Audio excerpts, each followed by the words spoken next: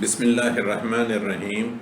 آج کا میرا ٹاپک ہے کیا کسی مرد کے پستانوں سے دودھ آ سکتا ہے؟ جو شیعوں کی کتاب الاصول من الکافی کتاب الحجہ جلد 1 صفحے 458 جو تہران میں پرنٹ ہوئی ہے۔ ہمارے نبی اکرم صلی اللہ علیہ وسلم پیدا ہوئے تو کئی روز تک آپ کے دودھ کا کوئی انتظام نہیں تھا۔